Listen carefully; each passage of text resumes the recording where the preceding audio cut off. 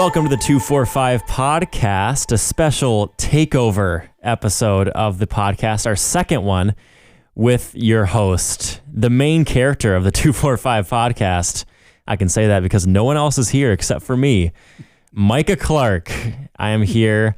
As you guys know, we have takeover episodes where we as individual members of the podcast get to choose people that we want to bring on that not necessarily everyone in our group knows. And I am joined with the only two. I'm trying to say the one and only, but for a double. Whoever they are, Rick and Sue Muehlbach. Hi, Micah. Thank you for having us. Of course. Hi, Micah. You did very well with the name pronunciation. Oh, good. Do people mispronounce your last name a lot? Very Yes. often. And spelling, too. I'm sure. Yes. I think I've mastered the spelling. Well, Yes. that's awesome. I wish I kept my maiden name, but too late for that, I think. What is your maiden name? Kirkpatrick. Kirkpatrick? Yes. How do you spell that? Oh, see? Kirkpatrick. So it's literally just Kirkpatrick. Exactly. Wow. That is a little easier. So we just got back. We got to the Mel from dinner at the tavern with the three of us and Kylie, who was on the podcast last week, my fiance. And now we're here. So Yes. how's you guys' dinner? Oh, it was great, and hearing the whole engagement story that all your listeners will hear. Awesome. You're Yeah. the best couple ever. Yeah. Well, thank you. Yeah. I am still amazed that Kylie said yes. Me too. Yeah. Oh, I am. We are thrilled for you. Seriously. Yeah. So Rick, you said you've listened to a couple episodes of the podcast. You said you listened to the mom one, right? Mm-hmm. And is that the only one you've listened to, or have you done other ones too? No, I've listened to several of them, but the mom one just sticks out because I just loved hearing the mom's takes on you guys. Yeah. Because they probably know you slightly in a different way than everybody else listening. Mm. And another one I remember was the one where you introduced Matthew Sherrard. I mean, he is. I'm getting American President mixed up with Matt Sherrard. Brother, or what do you call him? By the way, it's Andrew Shepard. It's Andrew Sherrard, American yes, President. in the film. Yes, I like to call him Brother Sherrard. Yeah, Brother Sherrard. How did that start? I don't know. He has that unassuming way about him that you just want to call him out so that people will notice him, because he's not one of those that goes out of his way to be noticed. Yeah. Yeah. That is very true. That is very true. Well, I kind of just want to talk to you guys about just a wide variety of things. So like stuff here at UNW. I want to talk about how you guys met, that whole story, how we got connected, like maybe some funny stories you have from class, which Sue, I'm sure you have no funny stories at all. Plenty of funny stories, including some from when I was in your class. So mostly from your class. mostly from my class. So I guess we can talk about that. That's like how I met you guys. So I met Sue freshman year, the second semester, in the NAS Great Room, back when you had class in there. Which was awesome. Which was way better. It's the best classroom. I mean, it's just so big and open. And we just had an awesome class. Like, what were some of your top memories from that class? Well, my top memory is you being in Team 1, and you did a very creative presentation. You had the hair salon. You did a very creative Star Wars take on it, which was very unique. And I know who wrote the script, Micah, and it was brilliant. So that was really fun. The other memorable memory, which will go down to all my classes, I always share this with everybody since then, is one student who will remain nameless cut class, a male student, to get a perm and thought that might be excused. Now, the problem was he cut another class because he had to have it redone. And the class was at 9:10, and so his mom had given him money for a haircut, but apparently he turned that into a perm. And since Aveda was closed, he went to, I don't know if it was Grade Clips or Fantastic Sam's or one of those, and he didn't like it, so then he had to cut class again to go back and have it redone. Wow. I know who it is, but they will stay nameless. I also remember a couple other things in that class. One student brought another student that was also in my group breakfast from the Billy. Yes, that's right. So that was pretty funny.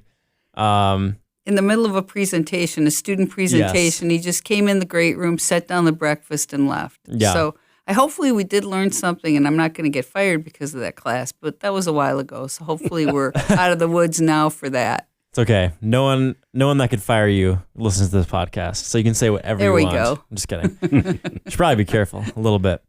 But yeah, that was just an awesome class, and I remember it was one of my favorites. You're one of my favorite professors that I had. Just so much fun. And then I met Rick, because your son and his friend came to speak. Correct. And what was your son's name? It was Peter. Peter. And then Rick came to listen, and that was the only time I let Rick come to class, when Peter was talking. Yeah. And then when you came to the management party, then you were helping Rick with his video stuff and all that kind of thing. Well, because I had met Rick. Rick, do you remember this moment that I met you? Because I don't remember if I came up to talk to you or you came up and talked to me after class that day. It was that class. I saw you, and there was this kind of beatific glow around you. Oh my! And I came and introduced myself. And are you the Micah Clark? And you said, "Yes, speak, my son." And speak, brother Sherrard. And right. And then we got to talking about editing and that kind of stuff. And you promised to teach me how to edit on Adobe. That never happened. Never happened. I know. That's because we couldn't afford to buy it, I think. We couldn't afford to buy it. Yeah, it's a subscription. It's kind of ridiculous. Yeah. But we've done plenty of other things together. I think that have just surpassed that. Yes. That time we could have had together. Oh, yes. My life has changed for the better since meeting you. He's kind of not even kidding. Seriously, Micah, you have such an impact on our lives and bring so much joy to us, you and Kylie both. It's really a blessing. Well, let's talk about that. So, okay, for the record, he did not come up to me and say, "Are you the Micah Clark?" Because you did not know who I was. Actually, I think he did, because I told him he should meet you because you were a media major. Well, then maybe you did. He was interested. I think he probably really I actually did. don't remember you saying that, but no, I didn't. I'm sorry, but yeah, I did want to meet you, and I was just awestruck and amazed at how tall you were. 6'2". Yeah. But so you came up to me. We were talking a little bit, and then you had asked me. Like what classes I was taking that fall. And then we realized that we both knew who Ann Sorensen was, of course, because I had her as a professor and you knew her. Yep. Because you had been in a film she directed. Yes. You played a dead guy, right? A dead guy. In a casket. Minimum lines I had to memorize. Yes. Easy role. Have you had anything else with her before then, or was it just that? No, just that. And if she'd do another film, I'd die again to get into it. So how did you get to the point where you actually ended up in the single cam class? 'Cause I remember I told you about it. Yes, you told me about it. That's where you heard about it. But then what happened after that? Because I don't know anything that happened between that and then you being there when I showed up and everyone else wondering, who is this guy in our class? And I'm the only person that knows who you are. Yeah. That's right. I don't know if I knew you were going to be there, but the summer before, our granddaughter, Gracie, who was about 12 or 13 at the time, 13, I think, said, I've written all these episodes I'm going to record with my friends. Can you shoot them for us? And I said, sure. So I shot them and realized how little I knew about single cam production, because my background is multicam in studio production. And So I talked to Ann and asked if I could just sit in and observe a couple classes and learn something. And of course, I ended up just falling in love with everybody in that class. And you were the first one I saw. Actually, you were the only one in there that I actually knew. Mm-hmm. And I was grateful for that because I was obviously feeling like a fish out of water or a geriatric patient who had escaped from the ward and wandered into the high school or whatever. So I kind of felt like I was sticking out, and you at least gave me someone to talk to so I wouldn't embarrass myself further. Yeah. Well, it was fun having you in the class, and then you ended up staying for more than a couple class periods. You were there. Yeah, Ann tried to kick him out a few times, I think, but he ignored her texts and emails. Said, "Don't come anymore." Yes, kept showing up. Yes, I'm like a bad skin condition. You can't get rid of me. I just kept coming, and not because I enjoyed the single cam stuff so much, although that was great, but it was meeting all of you guys and just recognizing that God's really doing some really cool stuff here at UNW, and just the depth of heart and spirituality that I began to see made me realize that, boy, I want to be a part of this in whatever way I can. And yeah, I had entertained hopes of becoming an adjunct in the media area, except there are no skills I can contribute here because everything I learned is from another millennium, actually. So you guys have gone well beyond. So you ended up actually in a couple films that semester, most notably The Ice Cream Man. But before that, you were in. Who'd you play? Did you play Charlie Brown in a very short it was class exercise? The long shot exercise. Yes, I played a very distressed and slightly psychotic Charlie Brown. Belle Waggoner played Lucy, which is ironic because she went on to play Lucy on the stage here. Yeah. So, yeah, that was fun. And then, of course, that led to the defining role of my career, playing the murderous psychologist in your film. Well, we haven't gotten there yet. Okay. We haven't gotten there yet. Because you were in The Ice Cream Man, which was the first 516 film that's a part of the Rick Cinematic Universe, as we like to call it.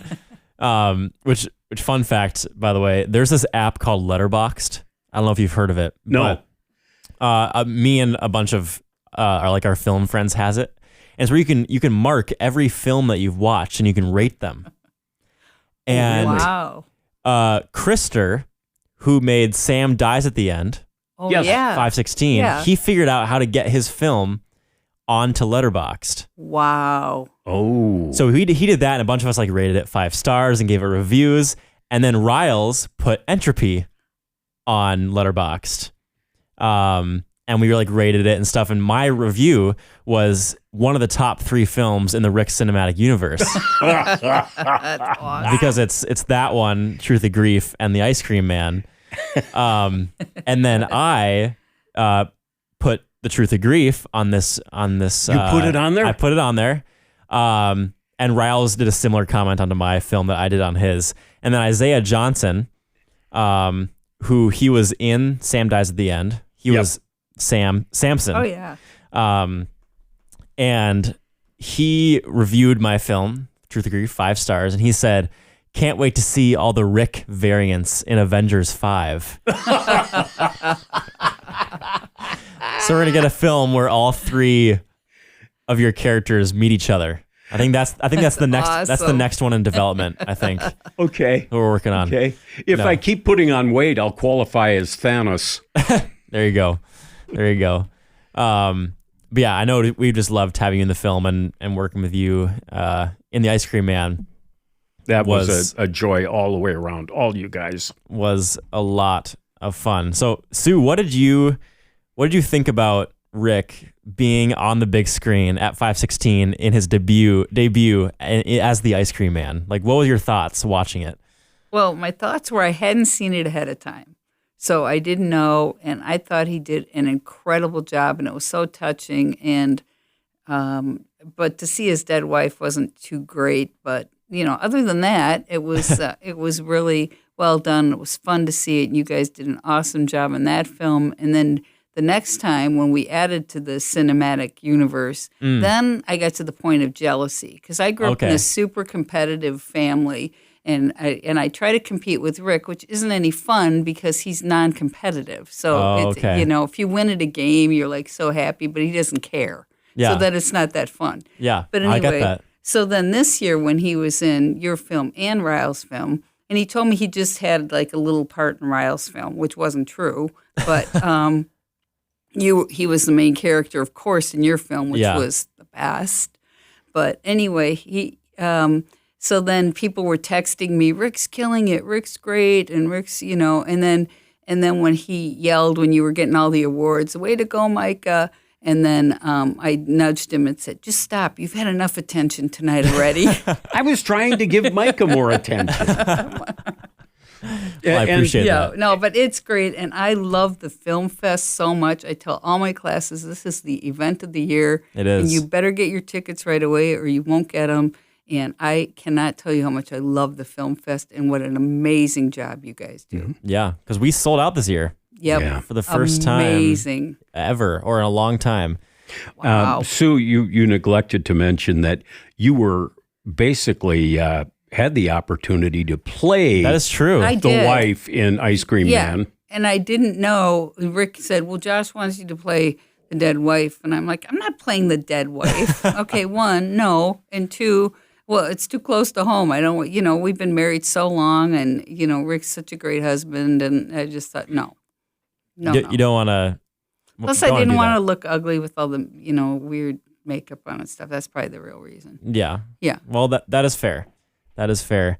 I guess I could have had you replace Jonah in The Truth of Grief. So I think that could have been an interesting dynamic. But I guess I Jonah decided. was awesome. Jonah was great.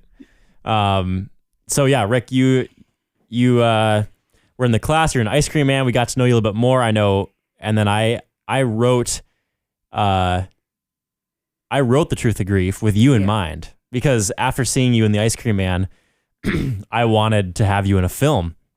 So I remember I wrote it and I had the idea with you in mind playing the therapist. So I wrote it for you, the character for you.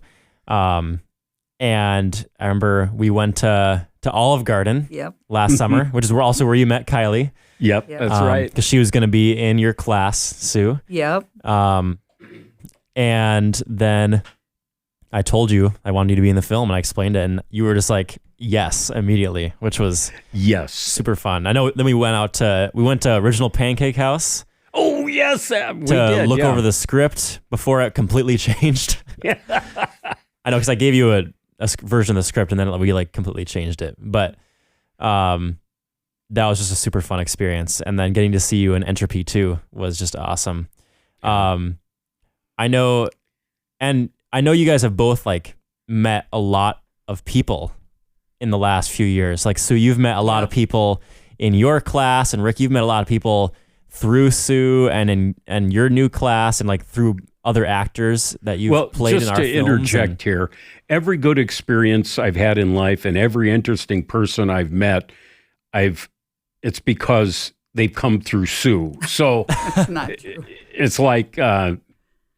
she just knows everybody. And we have this thing going on where she has her students, and if they come into my class and start liking my class, then I'm accused of stealing her students. Oh, yeah, I get so mad. What? You have them in your class? I'm so mad. Stop stealing my people.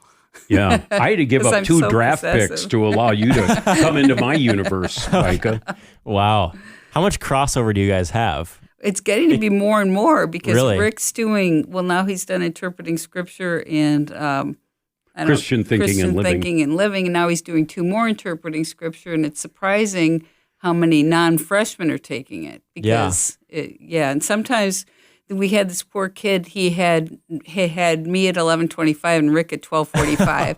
We're that sounds like a great day to me. A Muehlbach sandwich. And then he was really quiet. And one day I said, well, which one of us do you like better? And he's like, well, you're the same person. I go, ouch. He goes, no, I mean it as a compliment. Funny, Yes. yeah. I suppose, you're teaching required classes for us students. So any person that is taking Sue's class would be required to take your class. Yep. And just since you're teaching more of it, the odds of them having you has gone up. The only difference is I tend to get students in their first year, and Sue gets them in the second, third, or Not fourth necessarily. year, and they're more advanced. They've become increasingly sophisticated and Because are of you. ready for her. Yeah, Yes, no, not true. I have mostly freshmen. ready for her wisdom. No.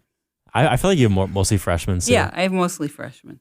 Okay. But so, thank you though. I was wrong. She has the older people are the that. people that add marketing minors, because that seems to be a trend right now. That's right. And I love it when I have film students in management and they're on a team to give a presentation. And I started. And we have the best videos. Well, of course you do. And then everybody else feels the pressure. And generally I put them on team one. And then the other team's like, oh, really? Because their presentations are awesome. And, 4 years ago, kids were reading off index cards. And now they do these elaborate videos thanks to the film majors and marketing majors that really are amazing. Yeah. So that's some crossover you guys have had too. Like Rick hasn't had like me and Josh and Morgan and Elizabeth in class. Right. But you have. Yep. But he's worked with all of us Right. in a crew. So it's almost like you've each had both of us. Yes, Well, in a sense. In a different way. Because they're my people and Rick's people, and then they're our people. And you're one of our people, even though I met you first. Yeah. Rick just he had to give up a couple draft picks, like he said. What's been like some of your highlights as a teacher, Sue? Like not highlights of stories, but just like highlights of being a teacher here at Northwestern. It's gone beyond my wildest dreams. I come from corporate America, and my last job was working for Delta Airlines, which is an amazing job. I was the sales training manager, and went to different places around the world. And but for after 5 years with the mergers and the airline, they wanted me to move to Atlanta, and I didn't want to, so I kind of floundered for about 4 years with different part-time opportunities, and I'd been a career person, and I really missed that. And then one day, I had a friend who was in the administration here, and she said, well, do you want to have coffee with the head of the business department? And I said, sure, maybe I can be a guest speaker or something. And she said, she asked me to teach a class. And I'm like, okay, sure. How hard can that be? That was the hardest thing I ever did, was get ready for the first class. Fortunately, she had developed a class, because the core of it, because I didn't want to come in from corporate America and put together rubrics. I didn't even know what a rubric was. And so getting ready for that first class, it was just really great. And then it was COVID. So those were very difficult years. I split the class in half. I didn't get to know those students as well. And then when your year, Micah, you were spring, but when I came, I was so discouraged at the end of the spring before. I had kind of a different class. And then I walked into that great room. I went looking for my classroom, a day before to sign in. I kept going, where's N2150, N2150? I realized it's the great room. And I'm like, this is awesome. Yeah. Because of COVID, we had to spread out. We had 40 students. So I had a fall class in there. And then you guys came in the spring. And those were just huge turnaround points and highlights. And just getting to know students and the passion, it gives us hope in the world. And we just couldn't love all of you guys more, really. Yeah. Yeah. Well, it was definitely a highlight for me that class. I know we had a lot of fun. I know I had a lot of friends that were in the fall class, like Sam and Ethan and Henry. Yes. And Ben. Yep. Ammerman and Yep. They had high things to say as well. Well, and you asked for one of the highlights. I mean, we just went to Henry's wedding. And, I haven't had him for like 3 years, but I watched him play basketball. Yeah. And just to go to that, and it was just really, really fun. So now I feel like, man, I've sowed a lot of seeds or tried to or through the Holy Spirit. And then you start to get to harvest time where we can be here with you. When we see Rick in the films, it's just so rewarding. Yeah. So, Rick, can you tell me a little bit about the cool people that you have met coming to UNW, starting single cam and getting to hang out different actors in the films, different people on the crew, and then just like the new students that you've met when teaching now too. Oh, you want me to name names? You can name whoever you want. Oh, really? Okay. Well, that's really tough because they're He's kidding. They're just too many. I'd like to probably go back to that single cam class. There was you and Josh and Ben Radich and Bryn and Belle Wagner and Haven Ennen. There were a whole bunch of people in there that I just was so impressed with and struck by that. It changed me in a lot of ways, so much so that I decided to submit an application to teach here and got accepted to teach Bible courses. And the people I'm meeting in there, it's interesting. There's just a broad spectrum of people coming from different faith backgrounds. I mean, various Baptist, Free Church, Covenant, and Protestant denominations, and then also a number of people from Catholic backgrounds, Roman Catholic backgrounds, and just the desire to learn and grow and move on in their faith. For many of them is what really challenges me. Oh my goodness. Yeah, I can't even, there are so many in my classes. I'm just grateful that I haven't been fired yet and I can still teach. So, can you tell me about the outfits that you have come to class in, to your class, Rick? Oh no. Like first day of class? The first day of class. Oh boy, you don't forget anything. My brother thinks it's hilarious that I am, quote, a college professor. And so he pictures me as being kind of the Christopher Lloyd character in Back to the Future, Doc Brown. And I could see it. One day in the mail, I got a package. I had no idea what it was. And it was the DeLorean time machine with a little figurine of Doc Emmett Brown. And my brother said, take this to class with you for good luck or whatever.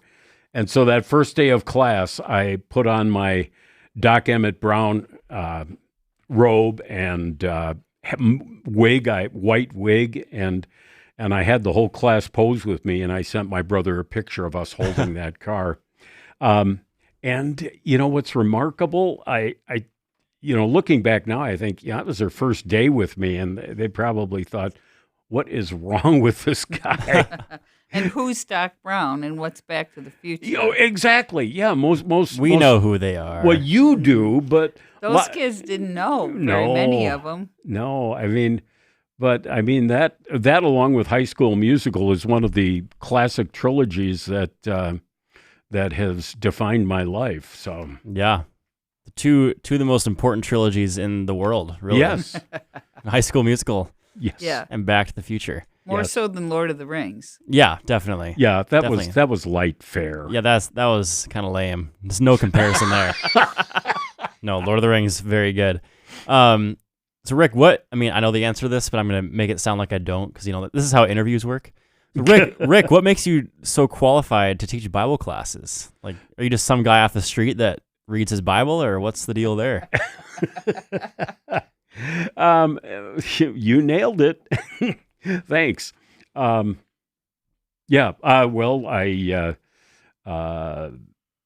graduated from Bethel Seminary with a degree in with a Master of Divinity degree, and was a pastor. So yeah, that's kind of the schooling I got. But probably I think what is a more important qualification is increasingly vibrant desire to know God and to serve in whatever way, he might have me serve. Mm-hmm. Cool. Well, I kind of want to hear a little bit about how you guys met. So we're going to go back to whatever year you guys met.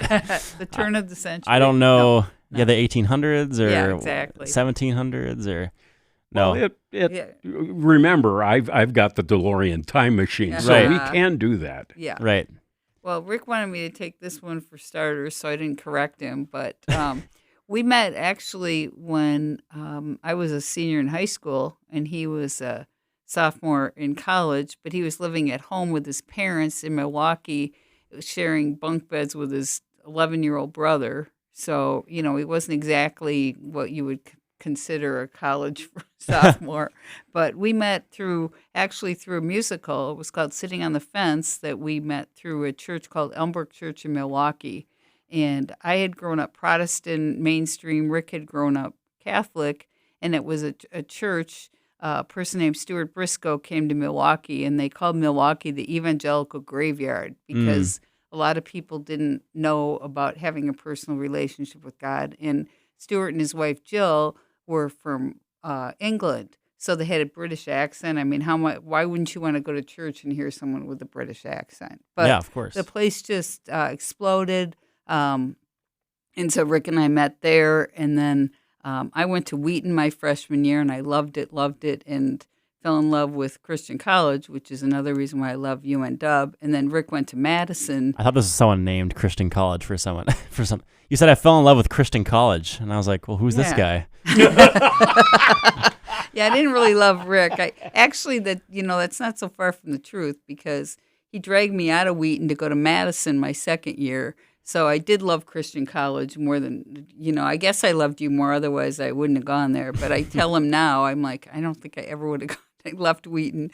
But so that's where we met in the musical. And it was about a girl literally sitting on a fence, deciding if she should become a Christian.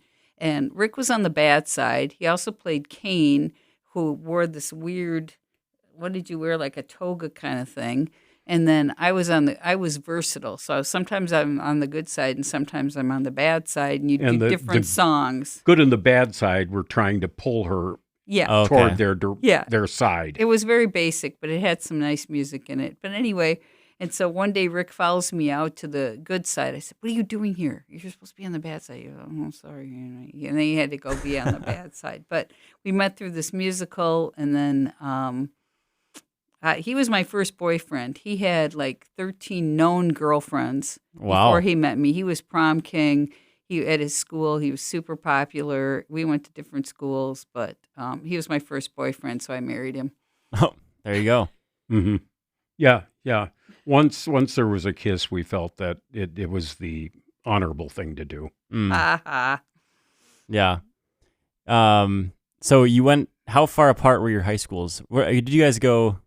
Because were you in the same town? Live in the same town, we were or in no? The same town, but we laughed because he grew up in a different suburb in Milwaukee than I did. I grew up in more of a. It's a well-to-do suburb. My dad was a college professor, not in business. My mom was a college grad. Rick's parents were great working people that hadn't gone to college, so he grew up in a different kind of suburb than I did. Plus, he had grown up in the city of Milwaukee itself, and I feel limited in some ways. Is my whole life I've lived in a suburb. I grew up in a suburb. I live in a suburb, and Rick had a much richer city experience than I did. Yeah. Makes sense. Yeah, I was from the other side of town. Yeah. So you you meet sophomore college and senior in high school, and is that when you started dating too, or was there how long till you started dating? And what year is this, by the way? Unless you don't want to reveal this. Oh no, we can't reveal that. You might think we're old, because otherwise you wouldn't think that. Right? You're not. Yeah. No. But anyway, then we met in December of that year, and then right at the end of the year, I was going to go to Wheaton to college, and Rick was going to Madison, which we did actually.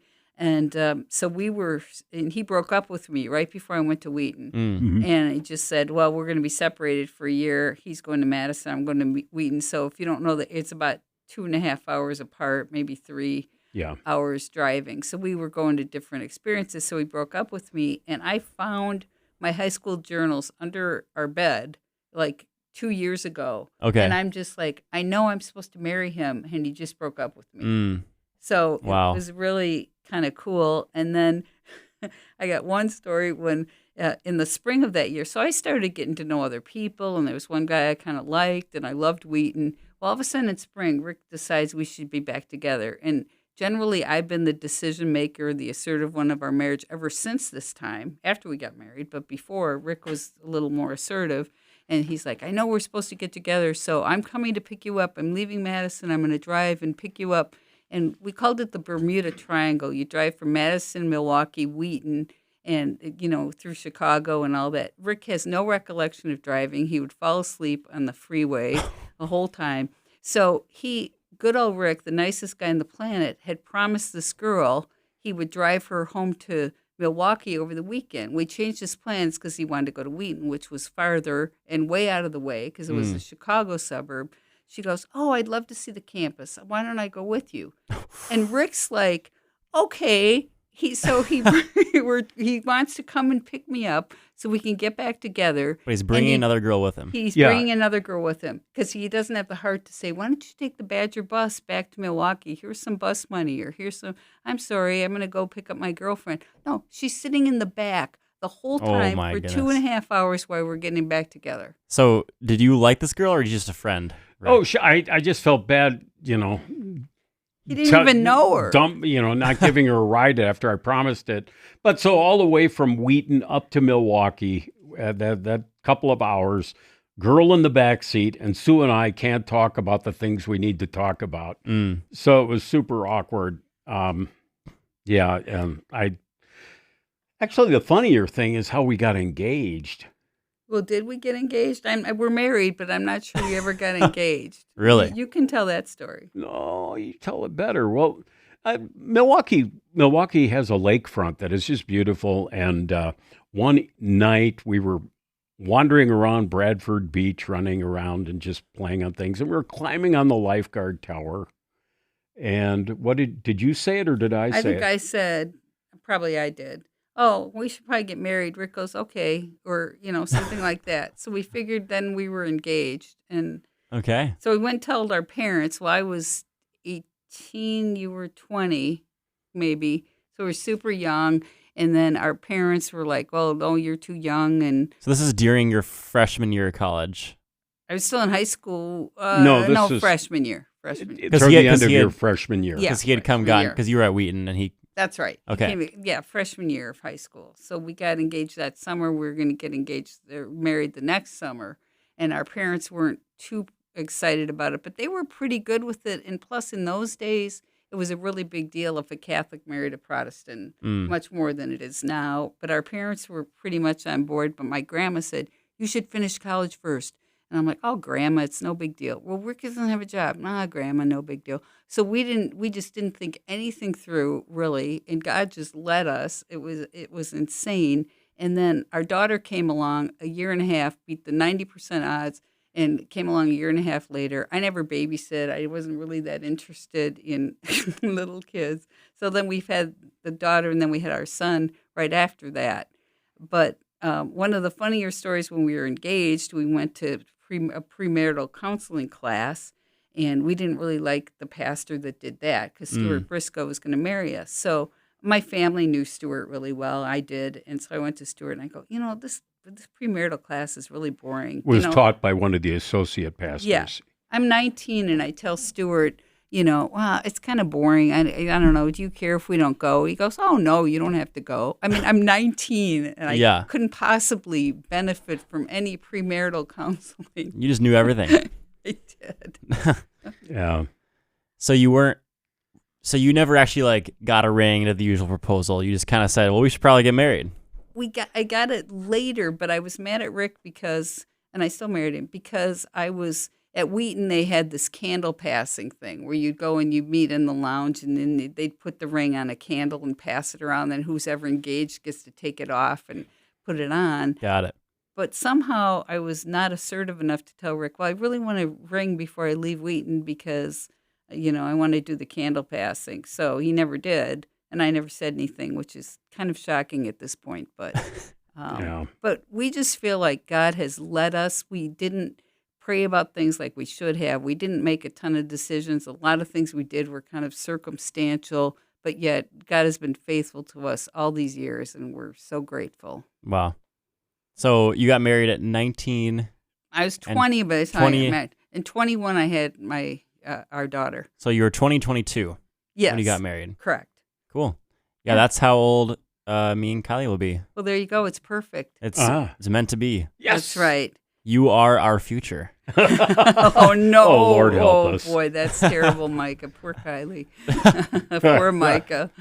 No. But that's why it's so, I just love like seeing you and Kylie together and your relationship and how you knew very young that you wanted to marry her. Yep. And you're not very old, and she's certainly not very old, but yet that's God's plan for you. Yeah.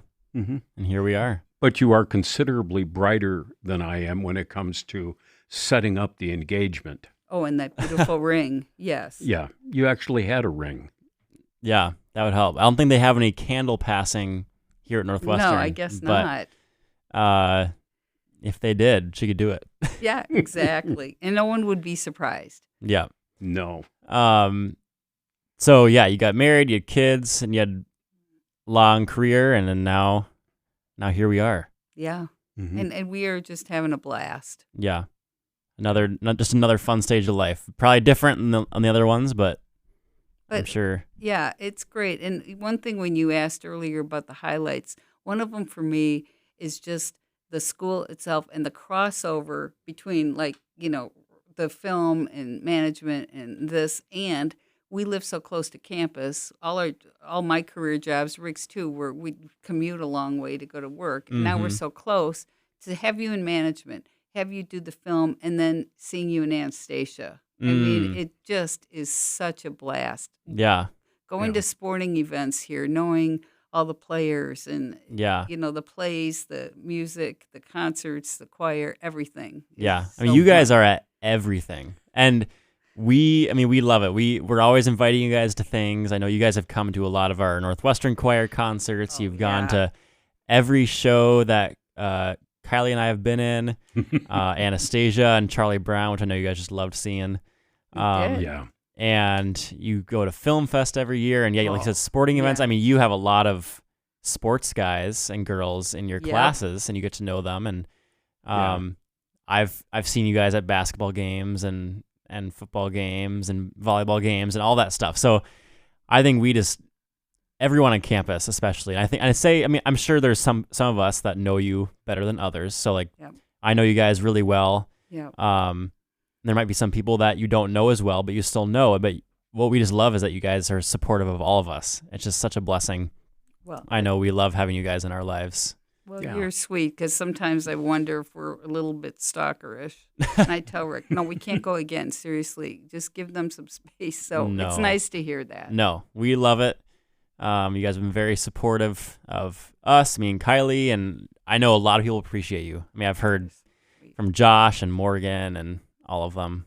We all love you guys. So well, we love being here. It is, I'd have to say, for the first time in many, many years, I feel like I'm someplace where God really wants me. And, I'm really grateful for that. Another observation on Northwestern is that not everybody, but people are clustered in teams, whether it be music or theater or media or sports or other particular interest groups. The whole thing is built around a team concept, which is good. So you got support and you've got people that you know. But what I really like is when you go like to the 516 festival and you see everyone there supporting the film people.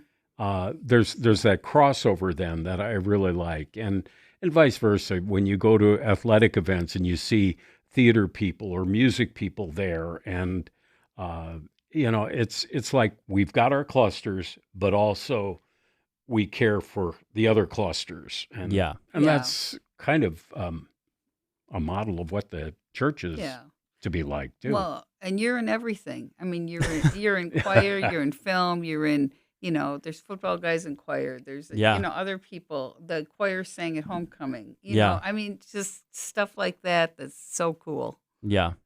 And I remember, was it last fall, the men's chorus, Tim Sawyer had a number devoted to the football team.